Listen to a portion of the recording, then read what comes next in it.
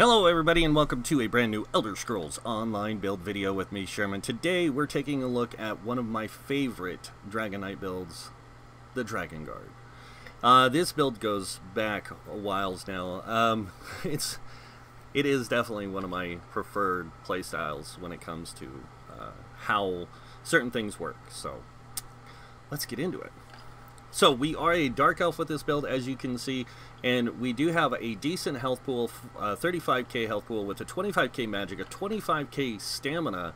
Our recoveries aren't that great, I'm not going to lie. Our weapon and spell damage, not that great for this type of build, but in the end it works out really well. This is a main tank for dungeons, off tank for trials.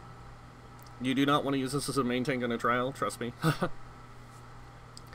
But it does work. And moving on down here, we do have the Lady Munda Stone for extra resistances. That's how we're getting this high resistance pool. We do have Minor Heroism at all times because of the set we're wearing, one of the gear sets we're wearing. We do have Major Prophecy on both bars, and then on top of that we have Tri-Stat Food, which gives us max health, magicka, and stamina, and that's how we get this pool so very well set up. And as you can see, we are literally 10 points difference. So if you get thrown spear shards, you will end up with getting stamina over magicka. And if you get orbs, same thing.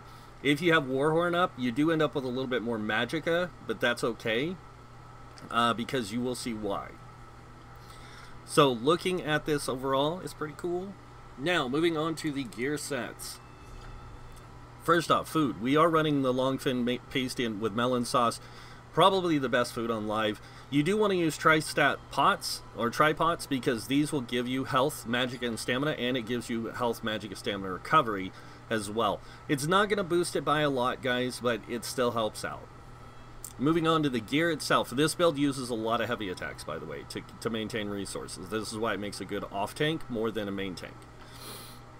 In trials. In dungeons, it still works fine. So, monster set. Grothdars. Now, a lot of people ask me why I go with Grothdars. One, it gives me max magicka. Number two, when you deal damage, you have a 10% chance to create a lava pool around you that deals X amount of damage within 8 meters every 1 second for 5 seconds. And this can happen every 10 seconds. This thing's up every 10 seconds. So it's really good overall. It's really good for clearing trash and helping your group, you know, get through the content quicker. That's why this is really good for dungeons. In trials, it's really good because you're not tanking all the time, so having a set that does a little bit of extra damage really plays into it well. The next set we're running is Shulks. This is where we're getting that minor heroism whenever we're in combat. So as soon as we go into combat, we start getting minor heroism. And this is up non-stop. So we are getting one ultimate every 1.5 seconds, no matter what, without using any abilities. It just gives it to us. The 2, 3, and 4 piece do play into this very well. So you get some max health, you get a little bit of spell damage, and you get some spell critical, which, again, like I said, it plays into this really well.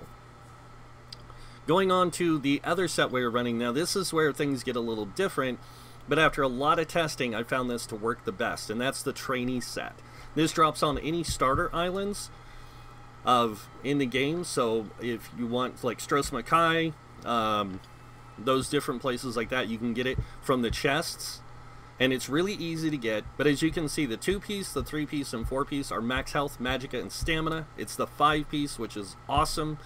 It increases max health, magicka, and stamina by 1250.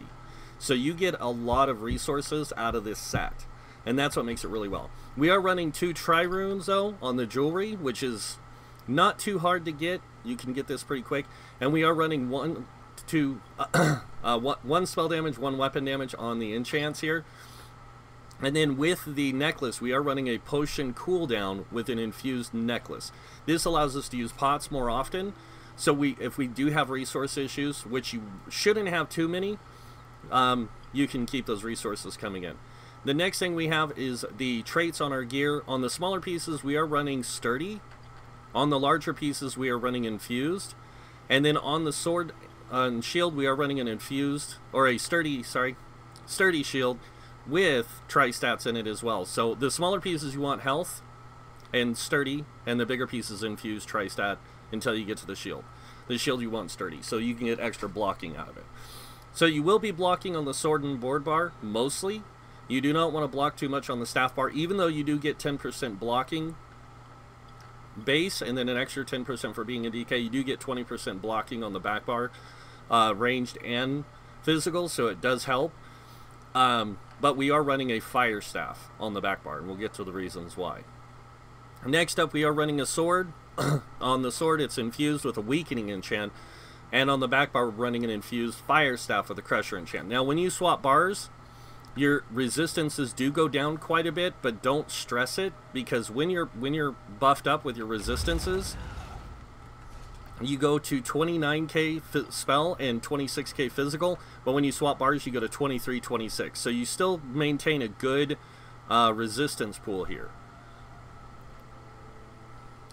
And that, my friends, is the gear. So gear is really simple to set up. It works out really well, and it's a very powerful setup. And I'll get to the why here in a second. So going into the skills now, make sure you get all your class passives. It's very important you have all of them. Your weapon skills, you want to unlock all the passives to the sword and board and destruction staff. Moving on to the armor, light armor, you want to get the top 3 for this. Medium armor, you want the top 2 and the bottom 1. You are wearing 1 piece light, 1 piece medium on the helm and shoulders, so, and 5 heavy. So this will give you the Undaunted passive, which gives you increased health, stamina, and magicka, which you really need as well. Onto the heavy armor, we do have all the passives for that. Soul magic, you just need those 2. And then moving on to the guild skills, Fighter's Guild, you don't really need a bunch of them, just this one. And Mage's Guild, you need the Persuasive Will. These are just quest things, really, but they help. And then Magicka Controller, and this with the Inner Light will give you 7% max Magicka. You are a Dark Elf, so you get 9% max Magicka, 6% stamina. So you don't need as much into those, and with this much setup, with this much stats in your character, you don't need a lot of other stuff. Psijic Order, if you want to set this up more meta-ish, you can take off Inner Light. You will lose a lot of Magicka, and you can put Meditate in its place. This way you can use Concentrated Barrier and Deliberation, so you can get those benefits on the front bar. But if you do that, on the back bar, put the Ardent Flame, Flames of Oblivion, in the place of this here, so that way you can maintain that Major Prophecy. You do get Major Savagery as well, but you want that Major Prophecy, and it does do a little bit of extra fire damage every 5 seconds, so it's kind of a nice trade-off. Alright, moving on through the skills here. On the guild skills, again, Undaunted, you just need these 2. You do not need Inner Fire with this build, but if you do want to place it on here, you can put it on the back bar in exchange for igneous weapons, including Talons, or the Unrelenting Grip. You can put it where Igneous Weapon is. There's a reason why Igneous Weapons is on here, though. Race shall get all your passives, and there's a reason why we chose Dark Elf over all the other races, is because this increases flame damage by 7%, and it works out really well with this build. So, Alchemy, Medicinal Use, and then Provisioning, Gourmand, and Connoisseur. So going over the skills on the bar, on the main bar, we do have Pierce Armor. This is our Major Breach, Major Fracture, and our Taunt. It does do a decent amount of damage, but it's not our mainstay of damage. Next up, we have Deep Slash. This is going to do Minor Maim. It's also going to apply it to 3 targets, which is really good, because we don't have Talons. So Deep Slash is our Talons for applying Minor Maim, and it lasts for 12 seconds instead of 7. So you don't need to, like, spam this, but you hit them once, get it applied. It'll also apply the Weakening enchant on them as well. So next up, we have Green Dragon's Blood. This is our main heal. As you can see, it heals for 33% of our missing health. It also grants us Major Fortitude, Major Endurance, and Minor Vitality, increasing Stam health recovery by 20%, and gives us 8% healing received. So this is really good for healers to keep us alive. Next up, we have Igneous Shield. This is a pretty decent shield now. It's not a great shield like it once was. It's a pretty decent shield unless you have absurd health like 65k. But it does give a damage shield to your allies. It also gives you your shield, and it gives you major mending, which allows your Dragon's Blood to heal for a lot more. Next skill we have on our bar is Inner Light. This is here for the Max Magicka. The Major Prophecy helps with this build. So having that 32% crit really helps, and you'll see why. Next up is Magma Shell. Now, Magma Shell is really important on this build, because you're more of a group support in trials, and so you can give this out to your allies if you need be in trash fights, so you can give them a damage shield that is worth 116% of their max health for 9 seconds. It is one of the longest lasting shields now besides Barrier, so it's a really good one to trade off. It also gives you damage mitigation, and it allows you to do a little bit of flame damage. Moving on to the back bar. This is where things get interesting. We have on the first one, Engulfing Flames. This does damage up front, damage over time. Afflicted enemies take 10% more damage from fire damage attacks. Now you're going to kind of see why we have the Fire Staff on the back bar, because it does more damage. The next ability we have on our bar is Blockade of Fire. We have this here not for the damage over time, or the fact we have it here for the burning enemies take 20% more damage from this ability. So Grothdars has a chance of igniting people on fire. This has a chance of igniting people on fire. And this has a chance of igniting people on fire. So this will increase the damage output of all fire abilities, or people burning, by a lot. And then your Fire Staff itself can apply burning. So lots of ways to apply burning to the enemies, and this just increases the damage output. This is more of a, like I said, this is an off-tank build in Trials. This isn't a main tank. This is an off-tank. This is just there to help with group DPS when you're not tanking. So when it's like single boss encounters, you don't want to be sitting there taunting everything, but applying Minor Maim is really good. And then on top of that, you've got all these dots that you can reapply, and then you've got heavy attacks. So you've got a lot of ways to keep a lot of things going on the enemies. You can keep Crusher up, you can keep the Crusher up on multiple targets because of wall elements, and then on top of that, but you can keep Weakening and Maim on multiple targets. So it's a really good trade-off. Next up, Igneous Weapons. We have this here because it applies Major Sorcery and Major Brutality to everyone in the group. But on top of that, even though we have Igneous Shield, we also give them the, trying to find it, this, Mountain's Blessing, which grants everybody Minor Brutality for 20 seconds, increasing their weapon damage by 10%. So this is really, really good. It also, if you are in combat, you also generate 3 ultimate. This effect can occur once every 6 seconds. So every 6 seconds, while I'm in combat, I get 3 ultimate for having, just for having this unlocked. But it's mainly for that Minor Brutality. That's why we have this here, so we can keep Minor Brutality up a lot easier than staying focused on the main bar popping Igneous Shields. The next one we have on our bar is the class resistance buff, Hardened Armor. This thing is crazy now. Releases the Inner Dragon, granting you Major Ward, Major Resolve, increasing spell and physical resistance by 5,280. Now, it only lasts 20 seconds, but you gain a damage shield equal to 17% of your max health. That's because of Bastion for 6.9 seconds. While active, your armor returns 1,000 magic damage to the enemies that use direct damage attacks against you. So these enemies, not only do they hurt...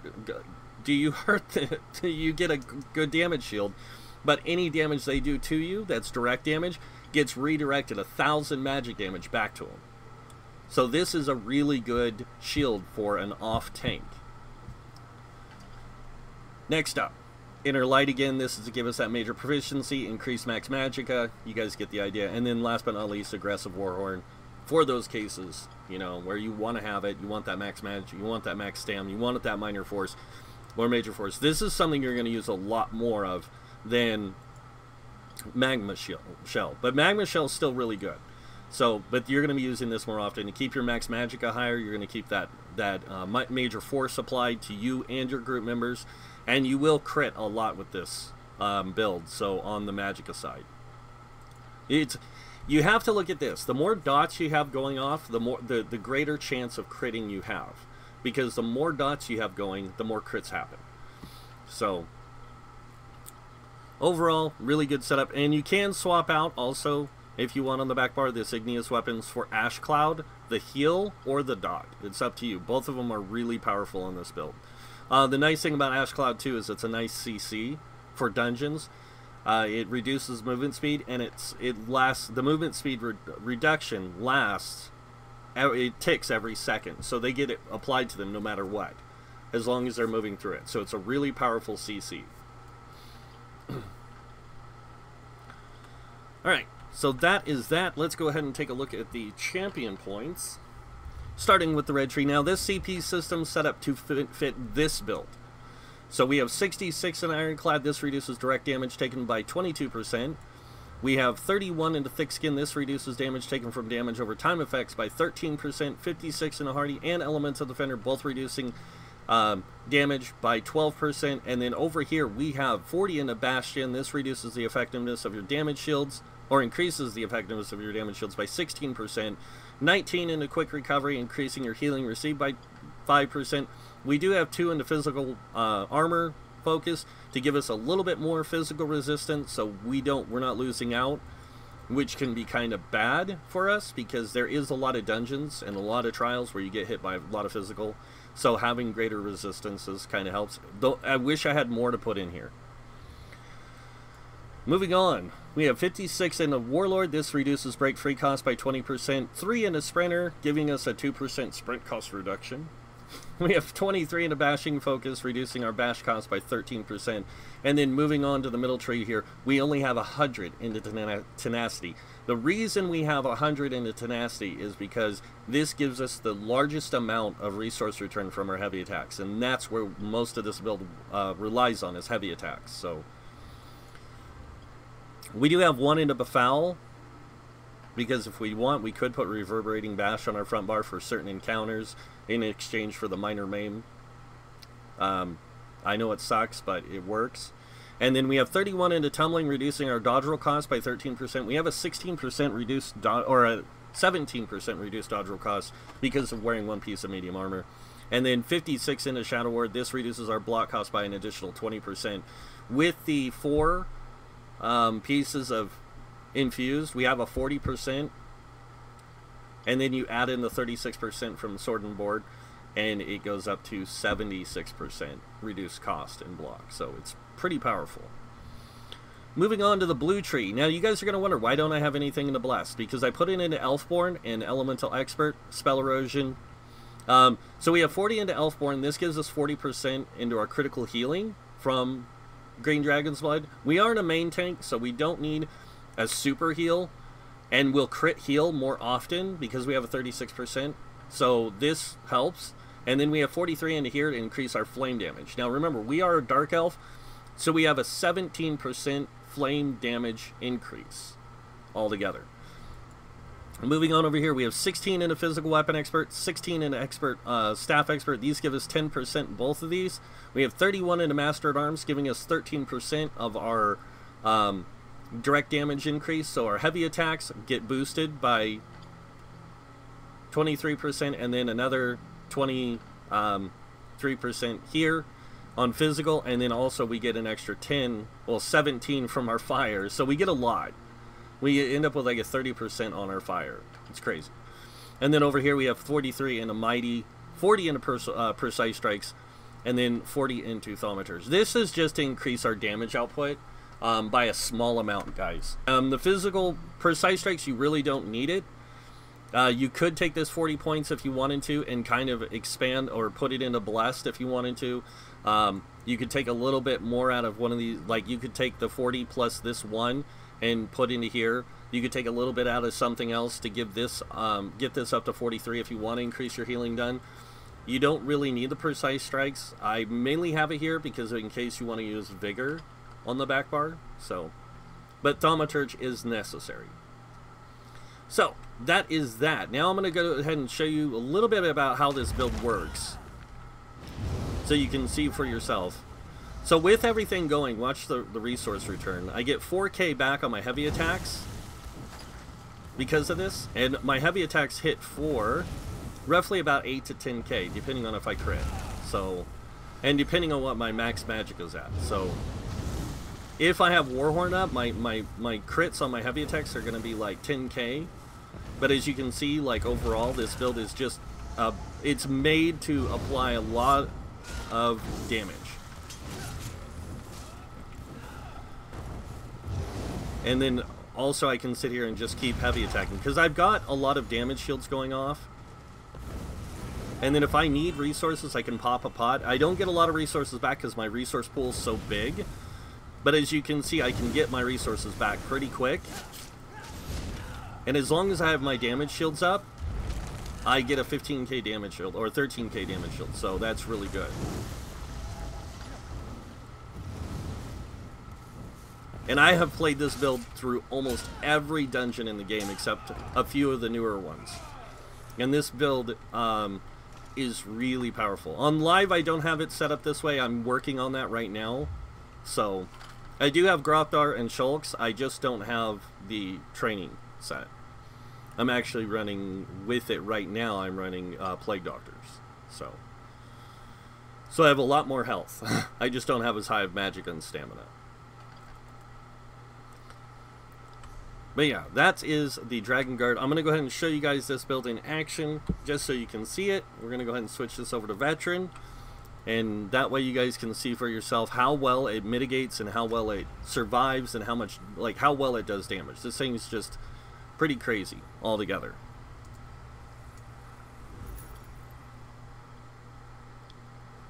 I've had people ask me, I used to not run Green Dragon's Blood on this because I relied on my healers to heal me. Now that I've got Green Dragon's Blood, I don't have to rely on my healers as much, which allows me to stand the fight a lot better. But with the high mitigation, all that kind of stuff, I can stay in a fight for a while. So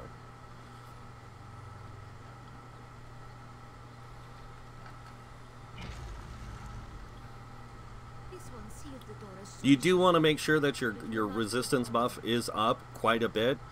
So, and since your resource return is through heavy attacks mostly and through pots, you got to be really careful. You do get a lot from like popping ultimates and things like that, which is nice, but oops, I forgot to do this.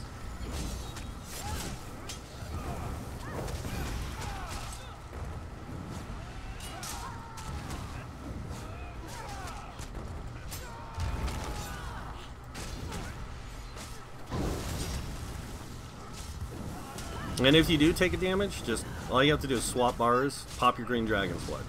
As long as you keep your resistance buff up, like I said, in this, the damage thing.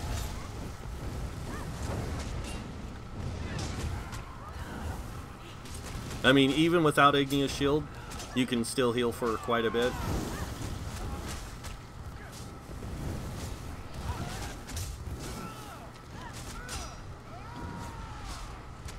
But as soon as you lose that resistance buff, you start taking a lot more damage, so.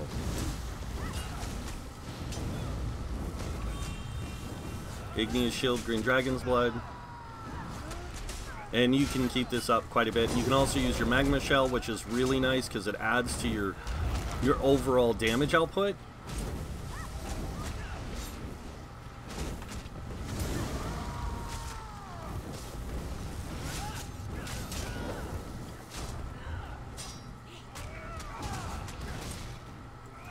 Now, in this fight, you wouldn't really have to worry too much about using Green Dragon's Blood because you have a healer. It's more or less you're going to be using a lot of damage shields.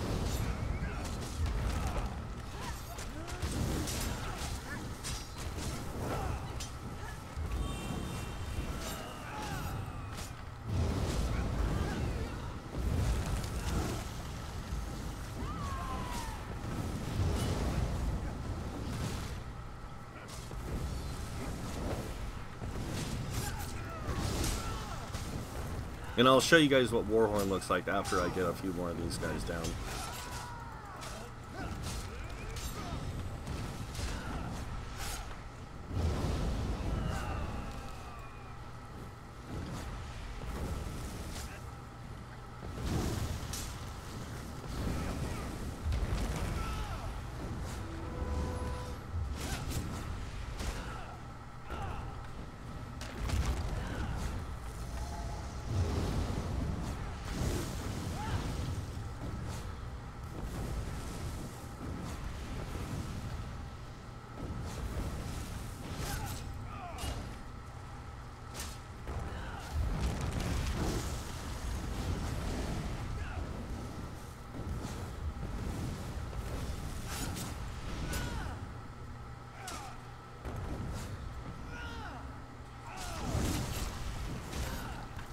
Once you're down to like one enemy, like a boss or something, you can keep this up, like I said, pretty well. And that is the build. And you guys can see, like, it takes damage. You're gonna take damage. It's a given, but at the same time, it's very survivable. It dishes out a decent amount of damage. 11k to trash. I mean, it's not bad. And the uptime, like I said, of certain things, like, here we go. We'll take a look. So the uptime of many of this, like Grothdar, was up 41%. Not quite 50, but enough to help. And then if you look, Grothdar was dealing pretty much most of the damage that you deal, besides Blockade of Fire, Burning, and Engulfing Flames. And Hardened Armor was actually dealing a decent amount of damage too. But Grothdar is your main damage dealing thing with this. So it really helps when, like I said, when you're fighting trash in trials and dungeons, it helps you clear them a little quicker. It helps your group. So, and because of how things work, like our output, our drain was 1200, our regen was 1100 here. Our output was, our drain was 239, our return was 226. This is about what you want. You don't want you want your regen usually to be higher than your drain, but this is perfect for this build, and it works out really well. So, but that is a green dragon, but this is the Dragon Guard. So the Dragon Guard is a really fun tank build used for in-game trials as an off-tank, dungeons as a main tank. You can also play this on Overland. It's amazing, and with some alterations, it even works good in PvP, guys. So. But yeah, that's it. That's the Dragon Guard. I hope you guys like it. I love it. So, but if you like this build, like button. If you guys want to see more builds by me, hit that subscribe button. Other than that, I want to thank you all for watching. Until next time, have a wonderful day, and this guy might see you in game. Bye.